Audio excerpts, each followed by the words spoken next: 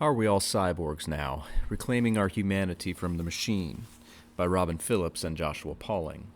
Chapter 30, Technology and the Christian Life, Part 1. 5 Popular Myths, 4 Common Mistakes. Your attention is your most precious resource. That is why everyone from the demons to advertisers will try to harness your attention for their own purposes. But attention is not merely a precious resource. What you attend to actually determines the world you encounter and the person you become, including who you are in the deepest sense of your being. Here's how psychologist Rick Hansen puts it. Moment to moment, the flows of thought and feelings, sensations and desires, and conscious and unconscious processes sculpt your nervous system like water gradually carving furrows and eventually gullies on the hillside. Your brain is continually changing its structure. The only question is it for better or worse? In particular, because of what's called experience-dependent neuroplasticity, whatever you hold in attention has a special power to change your brain. Attention is like a combination spotlight and vacuum cleaner. It illuminates what it rests upon and then sucks it into your brain and yourself. If it's true that where we focus our attention impacts the person we become, then controlling our attention, especially being well developed in the skill of ignoring things, is of vital importance. For those of us who are parents, perhaps the most important gift we can offer our children, outside of introducing them to Jesus, is to create a culture conducive to attentiveness. We may provide our children access to what is good, true, and beautiful in the best stories, art, music, and education. But if they are unable to attend to these things deeply, for example, if their focus is constantly scattered by the latest rush of stimuli clamoring for their attention, then offering these riches will be as useless as giving a blind man a book to read. This chapter will explore some of the ways our attention is threatened from digital devices and some of the common myths and mistakes that have contributed to the current attention crisis, especially in home. We will continue the discussion in the next chapter by exploring ways parents and individuals can create a culture conducive to attention through limiting the reach of digital distractions. But what is attention, and how is it under attack today? Attention is probably the most important of the intellectual virtues. But attention is not something you are born with. When a baby enters the world, everything catches her eye. A baby doesn't know how to discriminate what is important from what is not, and everything from a pattern on the ceiling to her brother walking across the room commands her focus. This is called alerting, and enables the child to respond to incoming stimuli. Gradually, through interaction with the environment, and especially people, the baby starts recognizing that some things are worth looking at more than others. Interesting objects, especially her mother's gaze, command attention. She also learns to follow the gaze of her mother or father. Dad looks towards the wall. Baby imitates and sees what's over there. Through sharing her parents' focus, the baby learns to participate in acts of joint attention with others. This type of attention sharing is a common way primates learn what is important in the world. We see this in how a baby monkey rides piggyback on her mother, and thus learns to see the world through its mother's eyes. Attention sharing is how we connect with other members of our species, developing the cognitive abilities that will later form into empathy, understanding, and love. This capacity for joint attention sharing is greatly reduced in autistic babies. Through this type of attention training, the baby moves from mere alerting to the use of the brain's orienting networks. These networks are the gateway to the mind and, in the words of Maggie Jackson, help us select information from among the millions of sensations we receive from the world, voluntarily or in reaction to our surroundings. Jackson compares the orienting networks to a symphony conductor telling one part of the orchestra to stand out and another to play in the background. The brain's ability to reach toward one thing and not another is the basis for the very word attention, made up of the Latin ad and tendere, meaning stretch towards. Being able to orient toward one thing and not another, initially at our parents' prompting and later independently, is largely in place by kindergarten. But that is not enough for a healthy attention. After all, mentally ill people are very good at orienting. They just pay attention to the wrong things, leading to obsessive and neurotic behaviors. That's where the executive network, powered by the anterior cingulate, comes into play. Through this network, the child learns that some things are worth orienting toward more than other things. She learns that the pattern on the wall, though interesting, is not as important as the dog barking in the corner of the room. Through love, nutrition, education, and habits that facilitate rightly ordered affection, the child's alerting and orienting systems come under control of what has traditionally been called reason, and what neuroscientists call the executive functions. Unlike alerting and orienting, the executive networks continue to be honed through practice, experience, and the long, patient cultivation of the mind. As our executive functions become highly honed, we come to participate in more sophisticated forms of attention sharing, through a meeting of the minds with other person, or through books and art. But this too can be compromised. Just as autistic children find it difficult to orient in acts of shared attention with parents, the executive functions can also be compromised through various factors, including mental illness, particularly cluster B personality disorders, trauma, alcoholism, poor education, and habits of mental laziness practiced repeatedly over time. Attention is what happens when all three of the aforementioned systems, alerting, orienting, and executive functions, are working in healthy tandem. A flourishing attention, in turn, leads to well-being, since the same systems that regulate attention in our sensory perception also enable us to regulate thoughts, for example, censoring unhealthy cognitions, and developing impulse control. As Maggie Jackson observes, people who focus well report feeling less fear, frustration, and sadness day to day, partly because they can literally deploy their attention away from the negatives in life. Children who score high on controlling their attention are more empathetic, better able to feel guilt for their wrongdoings, and less subject to aggressive behavior. Even primates that receive training in attention become less aggressive. But attention is not just how we weed out what's negative. Through the gift of our attention, we preserve things we love. If there is something you care deeply about, whether a spouse or a hobby or a type of music, you will need attention to protect it. The dark side of attention systems is that it's possible to retrain ourselves back to the infantile condition when we have no orchestra conductor to mute the background stimuli.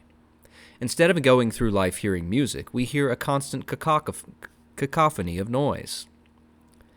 This, of course, is a state of mind fostered by our electronic distractions, perhaps most especially social media, since it has been optimized for maximum engagement. But our devices are not the only culprit here. The modern way of life is often characterized by a freneticism antithetical to a well-ordered attention. As our brains become hijacked by hassle and distraction, we start to resemble the newborn who doesn't know that her mother is more important than the pattern on the ceiling. This erosion of attention leads to everything from overstimulation, to lack of impulse control, to the colonization of our focus by commercial interests. The erosion of our attention can also lead to a profound loneliness, as we become unable to enjoy the meeting of minds that comes from joint attention sharing, but instead begin relating to people only in slices and disconnected bits. The more we give in to distraction and chaotic alerting, the more our executive functions atrophy, returning us to conditions of mental immaturity. Neurologically, we become like babies whose orienting networks are not yet under control of the executive functions, lost in a sea of chaotic alerting. The reasons we are so susceptible to chaotic alerting can be found in the primitive adaptive mechanisms of our past. For our prehistoric ancestors, information was a precious commodity, just like food. It makes sense, from the perspective of adaptation, that new information would stimulate the pleasure pathways in the brain. After all, being able to notice changes happening in the visual or auditory field, things that might incite fear or outrage or anything unusual, could mean the difference between survival or destruction for your family or tribe. Moreover, in a culture before writing, failure to pass on new information, whether information about a medicinal use of a plant or the habits of an animal, might mean permanent loss of critical facts from the collective memory of your society. In itself, this would not have thrown our Paleolithic ancestors into a condition of chaotic alerting, because the amount of new information available to any single people was relatively unchanged from day to day. When there was a sudden influx of new information, this would usually have signaled something wrong or unusual, certainly something to attend to. The problem is that humans still have what is essentially a hunter-gatherer brain, with the same insatiable curiosity to know all available information. Our brains are still perfectly adapted for an environment of information scarcity. Our dopamine and adrenaline systems, like that of our ancestors, are still wired toward novelty, stimulation, excitement, fear, and outrage. Yet, unlike our ancestors, we no longer live in a world where the opportunities for novelty, stimulation, etc. are comparatively limited. Instead of living in an environment of information scarcity, we live in a time of information surplus. Just turn on your phone and you'll find an endless supply of content to feed the brain's hunger for novelty, stimulation, excitement, fear, and outrage. The problem is that our Paleolithic brain is unsuited for this type of stimulatory flood. The instincts that served our ancestors well, to constantly listen, learn, notice, and pass on all available information, becomes maladaptive in the digital age. Many people find that, after a while, exposure to digital stimuli stops even producing pleasure, but becomes necessary simply to feel normal, the classic sign of addiction. You can test this on yourself. Do you feel abnormal when separated from your phone for significant periods of time? The solution is what Paul Kingsnorth refers to as technological ascesis.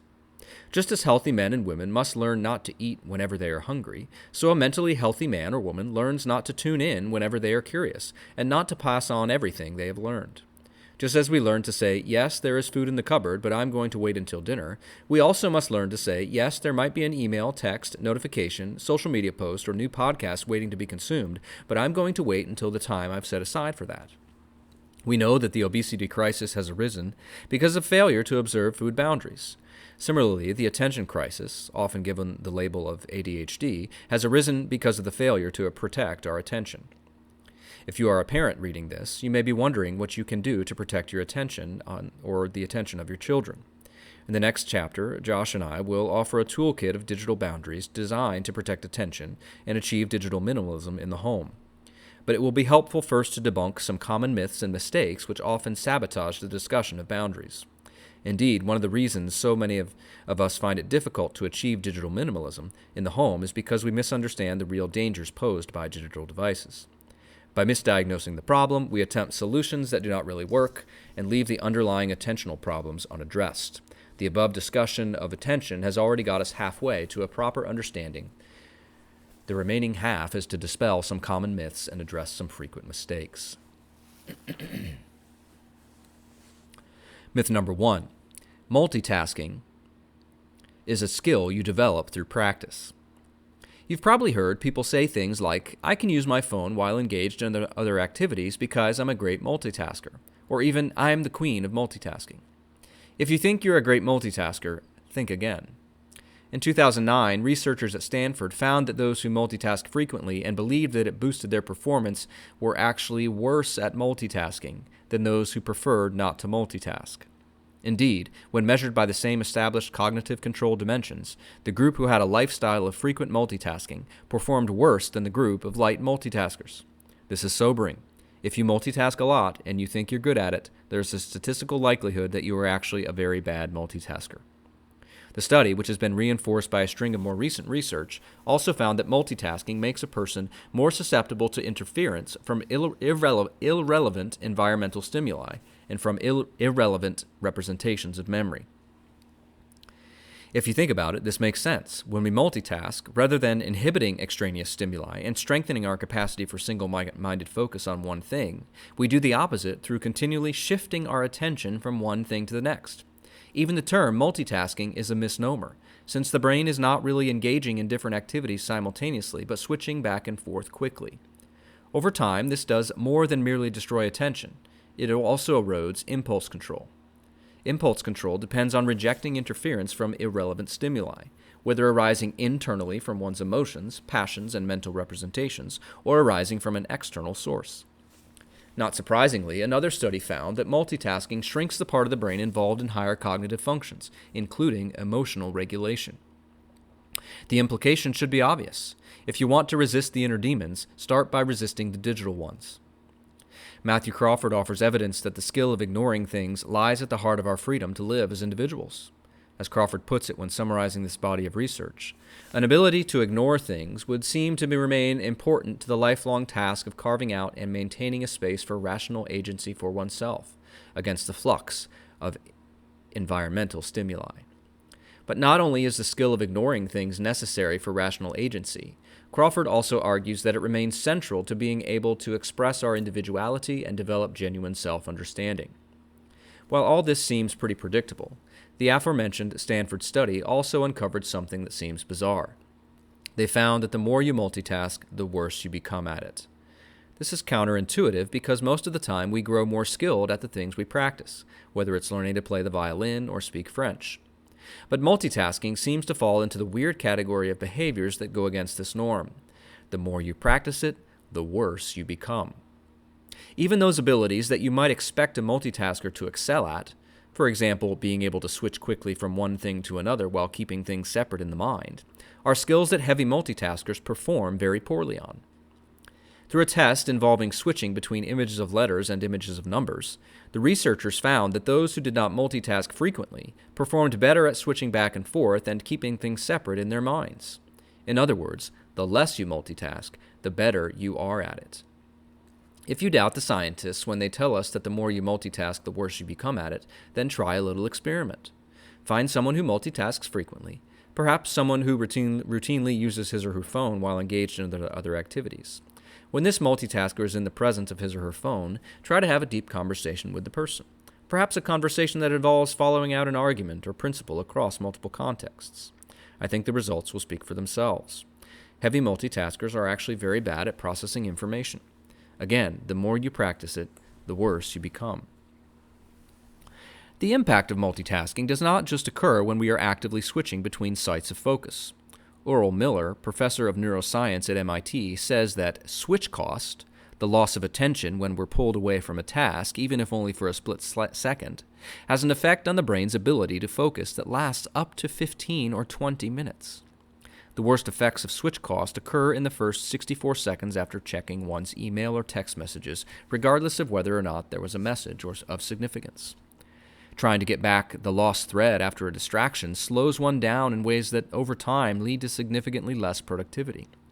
Because of this, it's probable that the average office worker wastes at least 8.5 hours a week figuring out what he or she was doing moments before.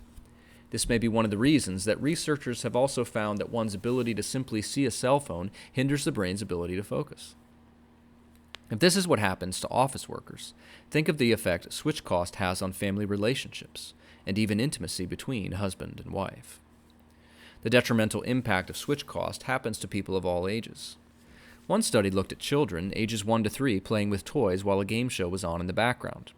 When the TV was on, the children began to look like junior multitaskers, moving from toy to toy, forgetting what they were doing while they were interrupted by an interesting snippet of the show. All of this is to say that multitasking doesn't save time, it wastes time. As Larcher puts it, most often those who multitask do so to gain time, or at least to feel that they gain time. But this is an illusion. The expected gain of time is not simply zero, but negative. If multitasking is so damaging, then why do we do it? There are many reasons, but one is that we like being stimulated and dislike tasks that feel boring. Our smartphones are an insurance policy against ever being bored, observes David Livermore, a world-renowned expert in cultural intelligence. He continues, and granted, not everyone across the world has a smartphone. I still catch glimpses of elderly people in certain communities who are simply sitting outside doing nothing. But the reality is, most of us reach for our phones whenever there's a minute to spare. Livermore goes on to cite research from Sandy Mann and Rebecca Cadman, who set up a study asking people to come up with creative ideas for how to use a pair of plastic cups. Participants were formed into 2 groups. Prior to the brainstorming session, one group of participants was asked to copy numbers from a phone book while a control group was not given the boring task.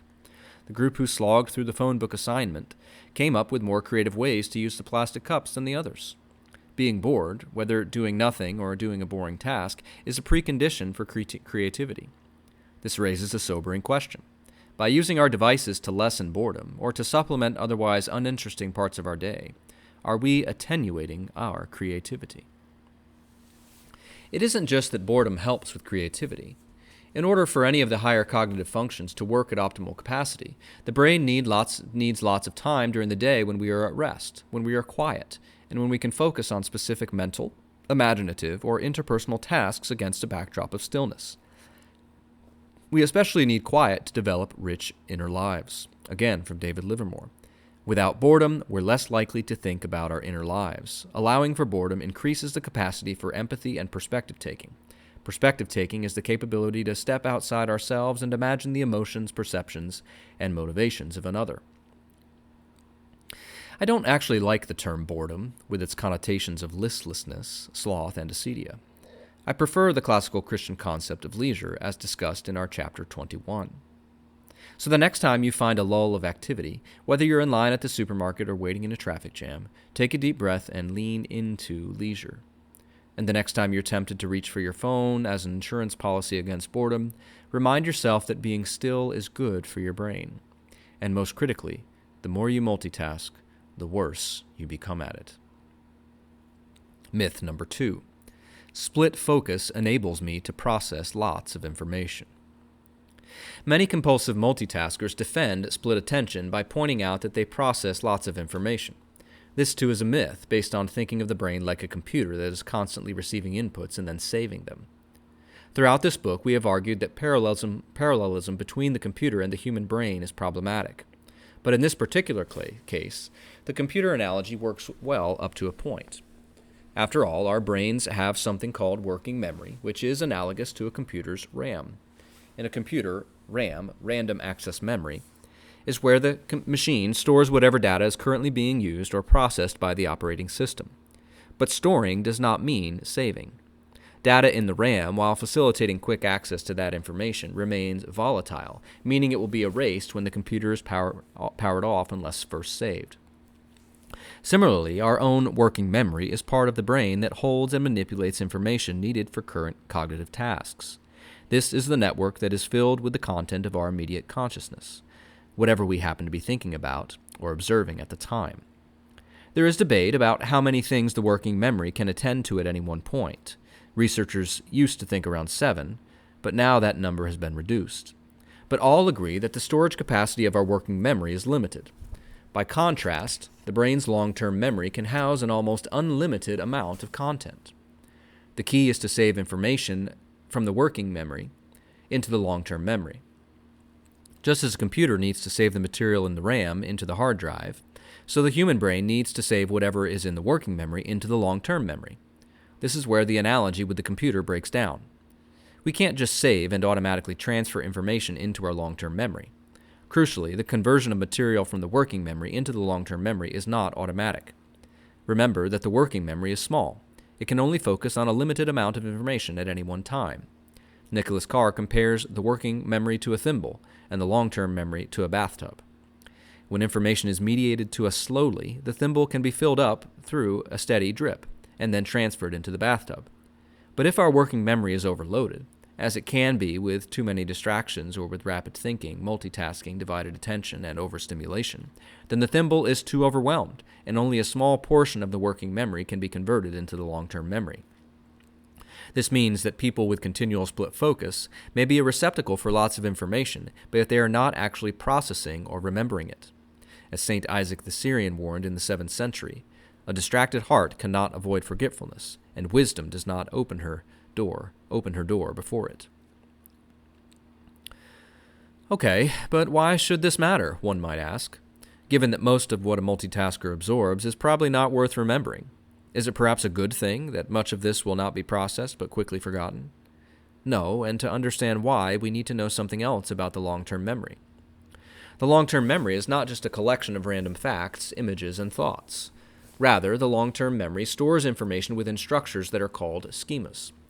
These schemas enable our long-term memory to become interconnected into larger architectures of meaning.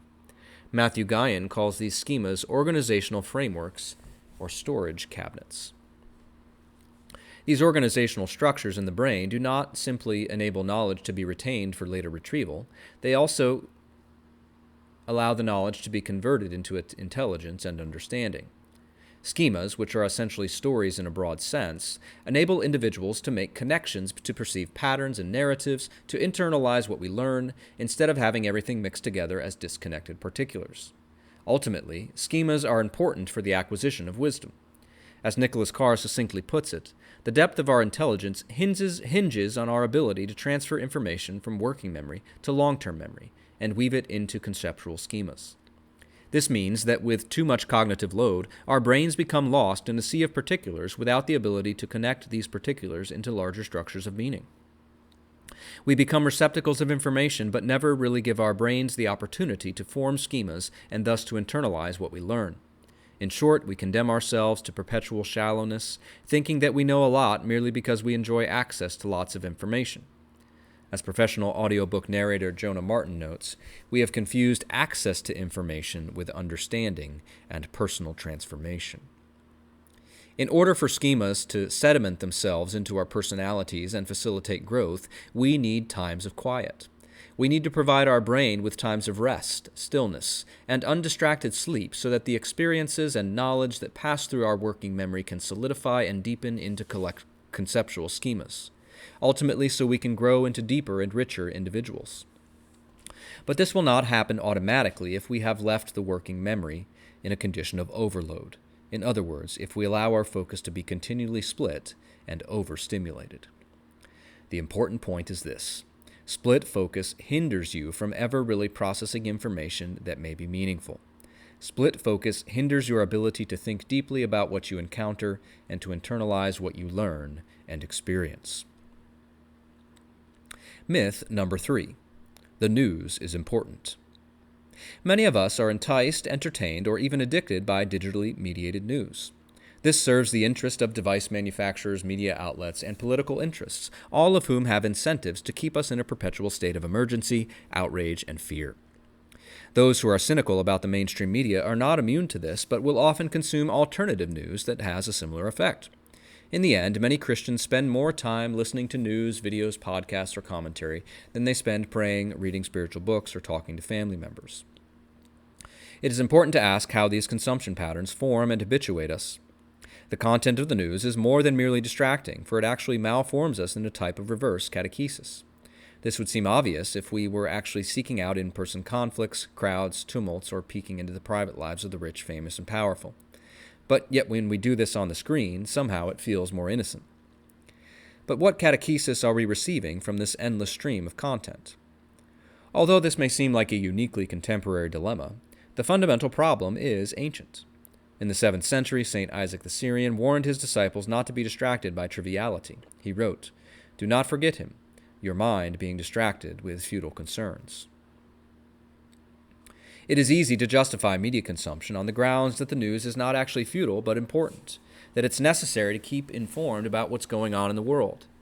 But we would encourage you to reflect on the following question. What is actually more important for you? What is taking place in Washington, D.C. and the Middle East? Or what is taking place in your own neighborhood and community? I, Robin, spent a lot of time following the news last year, but because it all quickly became passé, I can only remember one thing I read. Yet I can remember vividly my interactions with people in my community. As for one thing in last year's news that I do remember, it was one of those rare news items that actually did impact my family, flooding in the part of California where my son lives. I think that proves the point. What is important is what impacts me and my loved ones. Now, whenever I'm tempted to spend more than a minute a day in the news, I stop and ask myself, is this going to be important to me for 2 years from now? Will I even remember this 2 months from now? Here again, we can learn from the ancients. In novels that take place in pre-industrial times, it is interesting to see how war is treated. Often the characters talk about never having seen a war, or perhaps hearing there is a war in the north and then wondering if it will come this far south. The reason war is discussed as something remote is that the real center of gravity is what's happening in one's own village. Sure, there may be war that is getting closer, but until it actually arrives, this is not as noteworthy as the fact that there is a new baby, or that there are baby goats on your neighbor's farm, or that the harvest is coming earlier this year. To us moderns, this type of mentality seems quaint and old-fashioned. But from the perspective of anthropology and neurology, it is more natural for the human brain. We were designed to process information in our immediate surroundings, specifically communities of around 150 people or less. The further this radius is extended, the greater becomes the human propensity for misjudgment, and thus the need for highly honed epistemic virtues. Thus, a person who is required to think about the bigger world picture, such as a king as described in Proverbs, must have a special set of virtues. And consequently, the Hebrew wisdom literature in the Bible gives considerable attention to the epistemic virtues necessary for the wise ruler. Our society has all sorts of technologies that make remote happenings seem especially pressing, vibrant, and relevant. In fact, more important than what is happening in our own community. Yet we consume this information without the epistemic virtues of a wise king.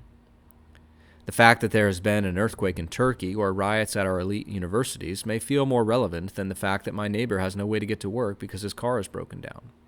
As a result, we are apt to misinterpret the danger that remote happenings actually pose to us, while insufficiently appreciating the importance of our responsibilities to the people God has placed in our local lives.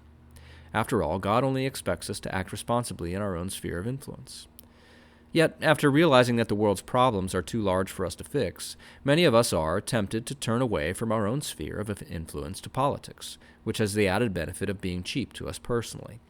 After all, spreading political information or voting for someone is much more comfortable than helping my neighbor get to work. A constant stream of news also creates a temptation toward overspeaking and gossip.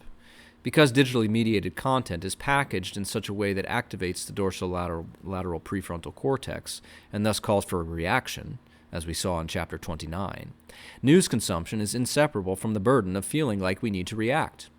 Yet given that the speed of information consumption is faster than our ability to process and perform due diligence, we typically end up reacting in foolish ways.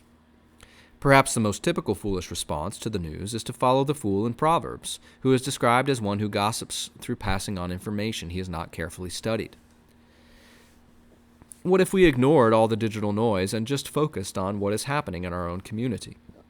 We suggest that our lives would be much quieter, richer, and humane. To quote again from St. Isaac the Syrian, "A humble man is never pleased to see gatherings, confused crowds, tumult, shouts, and cries, opulence, adornment, and luxury, the cause of insobriety. Nor does he take pleasure in conversations, assemblies, noise, and the scattering of the senses, but above all he chooses to be by himself, and to collect himself within himself, being alone in stillness. He is not engaged in manifold and fluctuating affairs, but at all times he desires to be unoccupied and free of the cares and the confusions of the things of this world, that he may keep his thoughts from going outside himself." Myth number 4. It could never happen to my child. Regardless of whether your child is a boy or a girl, and regardless of how sheltered they've been, when you give your children a phone, you are giving them a pornography delivery system. Even if your child doesn't find hardcore porn, the softcore porn and advertising and entertainment may irrevocably impact how he or she thinks about intimacy and relationships, especially if accessed while going through puberty. Many parents think they can solve this problem with parental monitoring apps, but this typically results in the child getting caught and then feeling so much shame and self-loathing that the child is driven into more secretive behaviors in the future. Better to be preemptive to decrease the likelihood of child finding porn in the first place. The best way to be preemptive is, of course, some form of digital minimalism, from restricting access to smartphones to keeping electronics in a public part of the house. You can also use software that automatically blocks inappropriate content, and which allows parents to exercise remote control of devices so that porn never becomes an issue in the first place. But such software solutions aren't foolproof, and finding ways around them is always possible. Even if you do everything right in the home, your child may be exposed to porn from a friend's phone or even a friend at church. Thus, the best way to be preemptive is to have age-appropriate, open conversation about sex and intimacy from a positive biblical standpoint. Be frank about the temptation so your children know you're approachable if they ever need to talk about their struggles or failures. Myth number 5. My technologically addicted son or daughter will grow out of it. Parents may overlook a childhood bad habit, knowing that in time their son or daughter will grow out of it. In certain contexts, this type of strategic ignoring of bad habits can be appropriate. But technological overuse is different since it can permanently alter the brain, especially in teenagers. Using clinical research gathered through rigorous studies and experiments, including some of their own, Gary Small and Gigi Vorgan were able to pinpoint exactly what happens to the brain when we become addicted to digital technologies, especially gaming.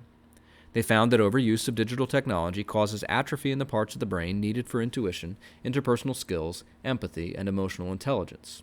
The most devastating research comes in studies showing that once lost, many teenagers can never get these brain regions back, as the adult brain solidifies the neurological habits of adolescence, resulting in perpetual immaturity. Before we can properly appreciate this research, we need to understand something about the teenage brain. During adolescence, the teenage brain goes through many changes, including changes that temporarily make it difficult for the teenager to understand other people's emotions. Dr. Robert McGivern and coworkers at San Diego State University have found that when kids enter adolescence, they struggle with the ability to recognize another person's emotions. During the study, the teenage volunteers viewed faces demonstrating different emotional states. Compared with other age groups, 11 and 12-year-olds needed to take more time to identify the specific emotions expressed by the faces presented to them. It took longer for their frontal lobes to identify happy, angry, or sad faces because of the pruning or trimming down of excess synaptic connections that occurs during puberty. However, once that pruning down process is complete and the teenager matures to adulthood, expression recognition becomes faster and more efficient. This pruning down process in the adolescent brain explains why teenagers struggle with selfishness. They find it difficult to identify with other people's feelings, and thus to exercise empathy, mature emotional intelligence, and impulse control. Small and Vorgan explain that this may explain why teens are less able to appreciate how their decisions affect those around them. But that pruning down process is temporary, and eventually the brain solidifies and frontal lobe function returns to full capacity. At least that's how it's supposed to work. But Small and Vorgan are concerned that overuse of technology can permanentize the immature brain of the teenager. Digital devices may lock their brain in a pattern of immaturity that they never recover from. Unfortunately, today's obsession with computer technology and video gaming appears to be stunting frontal lobe development in many teenagers, impairing their social and reasoning abilities. And if young people continue to mature in this fashion, their brain's neural pathways never catch up. It is possible that they could remain locked into a neural circuitry that stays at an immature and self-absorbed emotional level right through adulthood. Are we rearing a new generation with underdeveloped frontal lobes, a group of young people unable to learn, remember, feel, or control their impulses? This should be sobering for parents. As much as we like to say, my technologically addicted son or daughter will grow out of it, it's possible that they won't, and that their frontal lobe function will be forever impaired. That, of course, highlights the need for boundaries and a culture of technological minimalism in the home that will be the subject of the next chapter. But for now, let's turn our attention onto 4 common mistakes that parents make when it comes to technology in the home. Mistake number 1. Expect children to swim before they can walk. Given that digital interfaces nudge us towards dehumanizing modes of acting, thinking, and being in the world, it takes practice and constant vigilance to use them well. Yet, as we have seen, often our practice on these devices merely reinforces bad habits. If most of your time on a digital device is spent practicing wrong habits, like split attention, jumping around from app to app, or chasing whatever promises to give you the next dopamine rush, then it becomes progressively harder to develop the skills and virtues necessary for employing technology in a healthy way. One common mistake that parents make is to let their children move on to more powerful weapons before they have mastered the skills and virtues of the lesser tools. For example, if your 14-year-old hasn't developed good digital habits when it comes to text messaging, then bringing video games or social media into the mix is like expecting someone to swim before he can walk. Or again, many teenagers are let loose into podcast land before they can have ever learned how to perform due diligence on the veracity of a simple news article. This is like letting your child wield a power saw before they have learned to use a power screwdriver responsibly. There is a larger spiritual point here. If we can't even say no to scrolling just a few more minutes on Facebook or watching one more video on YouTube, how can we be confident we will be able to say no when real temptation comes, or the powers of this world demand that we deny Christ? Bottom line, help your kids master the easier digital tasks before you release them onto more difficult ones. Mistake number 2, all or nothing. Many parents who have a no-tolerance policy with smartphones, when they do finally let their child have a phone, perhaps allow complete unsupervised access. One reason for this may be that the type of parents who are technologically skeptical tend to have personalities that make them less incentivized to learn and pass on good digital habits. After all, if the phone is perceived as less than a good, why spend time learning and passing on the skills and virtues for using it responsibly? But there is an irony on the other side. The parents who are most pro-technology may tend also not to be interested in helping their children develop skills and virtues for using digital devices effectively, let alone developing the type of attention and boundaries that enable one to flourish in the digital ecosystem. Such parents may even dismiss such discussions as legalistic or Luddite. Ironically, therefore, both technological utopians and technological rejectionists may end up depriving their sons and daughters of the skills and virtues needed to use digital technology wisely and effectively. The solution to these extremes is to reject binary thinking in favor of prudence. Here we can learn a lesson from our approach to automobiles. I, Robin, have written elsewhere about how the automobile has had a detrimental impact on society and human community, whereas some people think cars have been the best thing since sliced bread. But what we can all agree about is that given the type of world in which we live, our sons and daughters need to learn driving skills and the virtues associated with it. A responsible parent would not simply hand over the car keys to a 12-year-old or even a 15-year-old and expect everything to be fine. First, the parent trains the young man or woman to drive safely and responsibly. This happens as mom and dad model good driving to their kids and instruct them in driving skills. But modeling and instruction in driving skills is not enough. The parent will also need to offer modeling and instruction in the character traits necessary for being a good driver, things like self-discipline, patience, charity, etc., and the virtues of the mind correlated with good driving, attentiveness, concentration, situational awareness. As the adolescent learns to drive, boundaries of time and place are also offered for his or her protection. Similarly, with digital interfaces, whether we think these devices should never have been invented or whether we think they wonderfully enhance human society, we should all be able to agree that given the type of world we live in, our kids need to learn digital skills and virtues. A responsible parent will not hand a kid an iPhone any more than car keys and expect everything to be fine. Rather, the parent will teach skills, character traits, and virtues constitutive of flourishing in the digital age. One would hope that technological utopians and technological rejectionists alike could agree that we need to teach our children the character traits and virtues necessary for flourishing online, including moderation, critical thinking, accountability, and the self-regulation skills necessary for attention preservation within the digital ecosystem. After all, the phone is as powerful a tool as the car. In fact, it is more powerful, since it is a reality-mediating mechanism. Our children deserve nothing less than responsible training in boundaries. Mistake number 3. Ignore quality of screen time.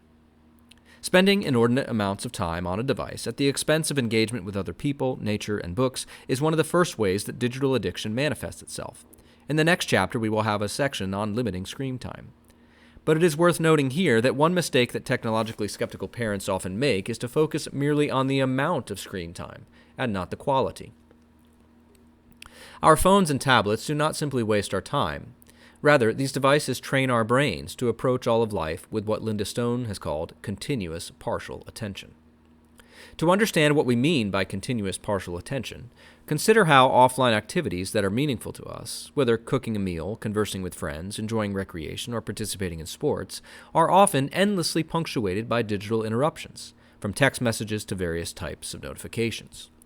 Whether these digital interruptions require a response, like a glance or a quick reply, or whether these interruptions merely clutter our brains with background noise, they siphon off mental resources from whatever activity we are engaged in. We may be paying attention, but only partially. The result of this divided attention is a double-edged sword. For not only are we unable to attend fully to the things that are meaningful for us in the offline world, but we are also unable to attend to activity on our phones with full attention, leading to hasty replies to text messages, impatient responses to digital conversations, inability to remember social media posts that might otherwise be impactful, etc. Often this redirection of attention seems minor and trivial. Is there really anything so bad with quickly answering a text message during a movie or glancing at an incoming email while walking with a friend? In itself, no. But if these behaviors are repeated enough to become habitual, the aggregate impact will be to normalize the condition of continuous partial attention, thus eroding the power of our executive networks to control what we orient toward. After all, attention is like a muscle. You either use it or lose it. Thus, when continuous partial attention becomes ingrained, it starts being difficult to focus intently on any one thing for a long period of time at all, and it becomes especially difficult to focus on something complex that requires higher cognitive functions. Lacking attentiveness, we go through life with a daze, never fully present with anything. Over time, this can lead to intolerance for complexity, inability to think sequentially, trouble connecting with others, and difficulty making mental connections and forming schemas. Even worse, an undisciplined mind can make us susceptible to those who would colonize our attention for their own commercial or ideological ends. Ironically, if continual partial attention becomes the norm in our life, we become unskilled at using even digital interfaces for their full potential. We probably don't think of activities like answering text messages, surfing the web, or watching a podcast on YouTube as activities requiring skill. Yet it is certainly possible to perform these tasks well or poorly. For digital activities to be effective, meaningful, and successful, we need certain skills and virtues. Aptitude at performing effective due diligence on information claims. Ability to reply to a text message with follow-up questions and knowing how to construct those questions effectively. Skill at setting up an effective query in a web search and knowing how to fact-check the resulting answers. Competence at recognizing if a podcaster is speaking from a place of expertise or just making things up. Skill in scrolling through an information stream to extract needed information without being drawn into extraneous or spiritually damaging stimuli.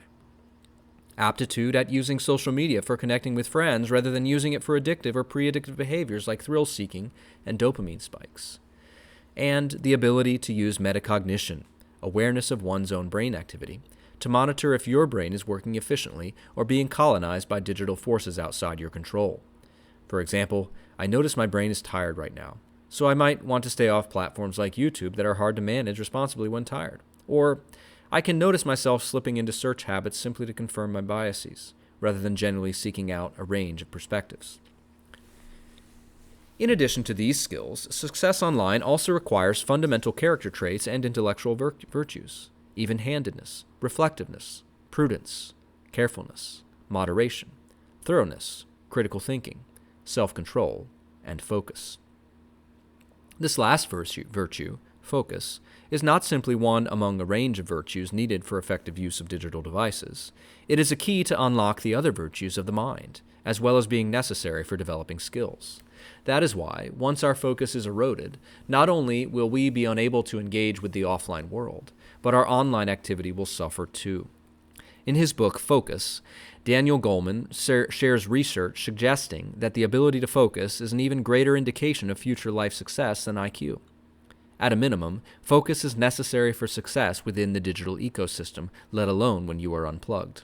Yet ironically, it is often the people who consider themselves most pro-technology who engage with digital interfaces in ways that trains them to be unfocused and therefore not as successful as they might otherwise be. Through split focus, our actual engagement with digital interfaces becomes a shadow of what we could experience with highly honed attention. Putting all this together, the discussion of digital interfaces needs to be reframed away from merely the issue of time. Screen time is important because everything should be in moderation. But it would be better for a teenager to spend an hour in front of a screen practicing skills and epistemic virtues than to scroll 30 minutes without those skills and virtues. But like anything, these skills and virtues do not come naturally, but require attentive training and practice. Perhaps the best way we can practice good digital skills and virtues is not to multitask while on our digital devices. Yes, we shouldn't use digital interfaces too much, but it is also important that when we do use our devices, we do not use them in a way that reinforces continuous partial attention. Mistake number 4, focus on the negative.